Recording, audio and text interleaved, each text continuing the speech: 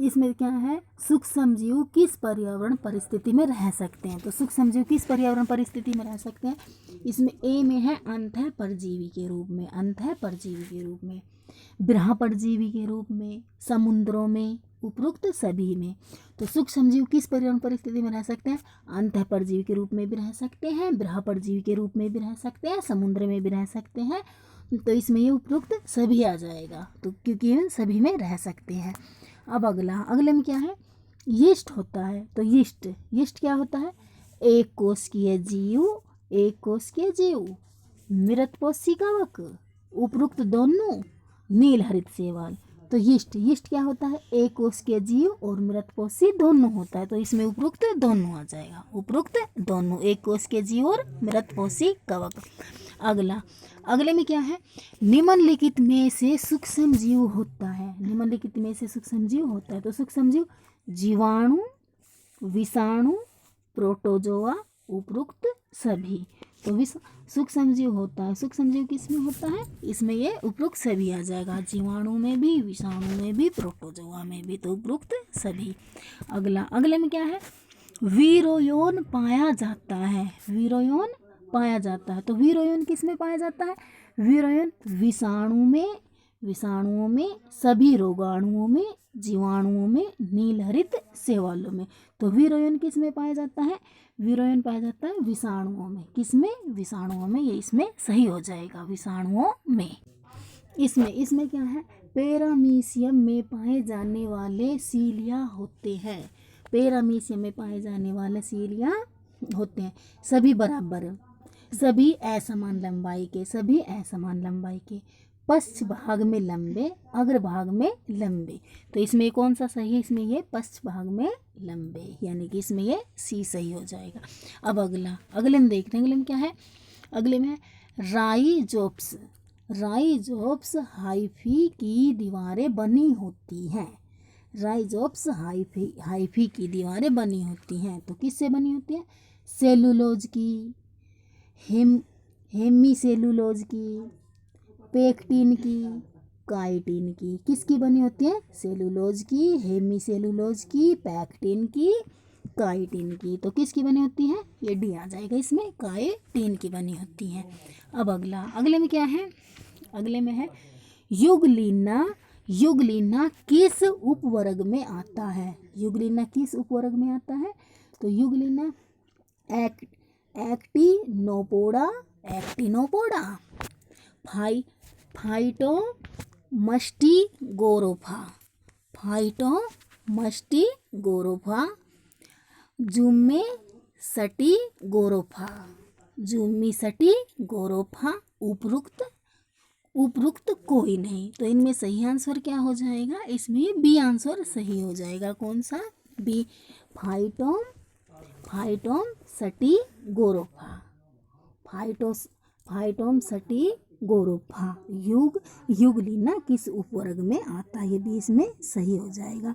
अब अगले में क्या है, अगले में है किस विषाणु को सबसे पहले निर्जीव रूपों में संश्लित किया गया था, निर्जीव रूपों में संश्लित किसे किया गया था, किस विषाणु को। तो इसमें यह है चेचक का विषाणु, चेचक का विषाणु, बैक्टीरियोफेज, बैक्टीरियोफेज, बैक्टीरियोफेज के बाद इसमें है ये तंबाकू मोजेक विषाणु, तंबाकू मोजेक विषाणु, फ्लू विषाणु। तो इसमें कौन सा सही है, इसमें सी सही है, तंबाकू मोजेक विषाणु, तंबाकू मोजेक विषाणु। और किस विषाणु की सबसे पहले निर्जीव रूपों में संश्लित किया गया था, तो निर्जीव रूपों में सबसे पहले तंबाकू मोजेक विषाणु को। अब अगले में क्या है, अगले में है थैलीफाइटा में सम्मिलित है, थैलोफाइटा में सम्मिलित है। तो थैलोफाइटा में क्या सम्मिलित है, थैलोफाइटा में जीवाणु, शैवाल, कवक एवं जीवाणु, विषाणु एवं जीवाणु। तो इसमें क्या सही है, इसमें शैवाल सही है, क्या सही है, शैवाल सही है। अब अगले में क्या है, अगले में है सभी शैवालों में होता है। तो सभी शैवालों में क्या होता है, सभी शैवालों में क्लोरोफिल ए तथा क्लोरोफिल ए तथा कैरोटीन। दूसरे में है क्लोरोफिल ए तथा बी। तीसरे में है फाइकोबिलिन तथा केटोटीन, फाइकोबिलिन तथा केटोटीन। और फिर है उपरोक्त कोई नहीं। तो इसमें कौन सा सही है? इसमें ए सही है, क्लोरोफिल ए तथा कैरोटीन। सभी सवालों में क्लोरोफिल ए तथा कैरोटीन होता है। ये ए आंसर इसमें सही हो जाएगा। अब अगले में क्या है? अगले में है द्विखंडन जो अनुप्रस्थ रूप में होती है पाया जाता है। द्विखंडन जो अनुप्रस्थ रूप में होती है पाया जाता है। तो इसमें है ट्रिपेनोसोमा में, युगलिना में, पैरामीशियम में, अमीबा में।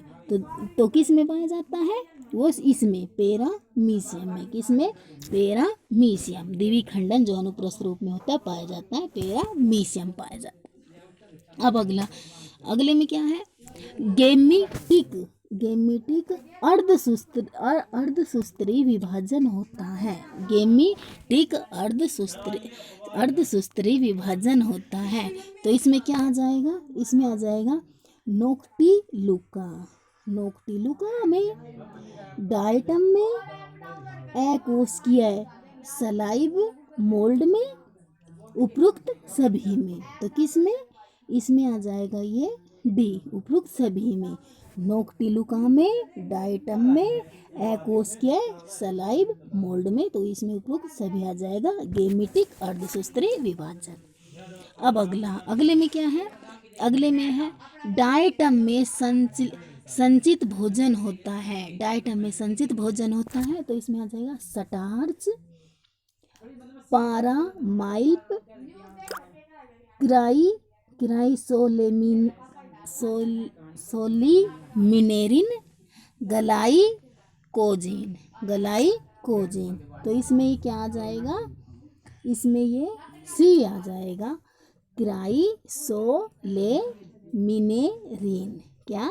क्राइसोलेमिनेरिन। अब अगले में क्या है? अगले में है जीवाणुओं का वर्गीकरण निम्नलिखित में से किस आधार पर किया जाता है? तो जीवाणुओं का वर्गीकरण किस आधार पर किया जाता है? जीवाणुओं का वर्गीकरण कोशिका भित्ति, केंद्रिका, ग्राम नेगेटिव तथा ग्राम पॉजिटिव, पोषण ग्रहण। तो किस में किया जाता है जीवाणुओं का वर्गीकरण? तो इसमें सी आ जाएगा, ग्राम नेगेटिव तथा ग्राम पॉजिटिव में किया जाता है।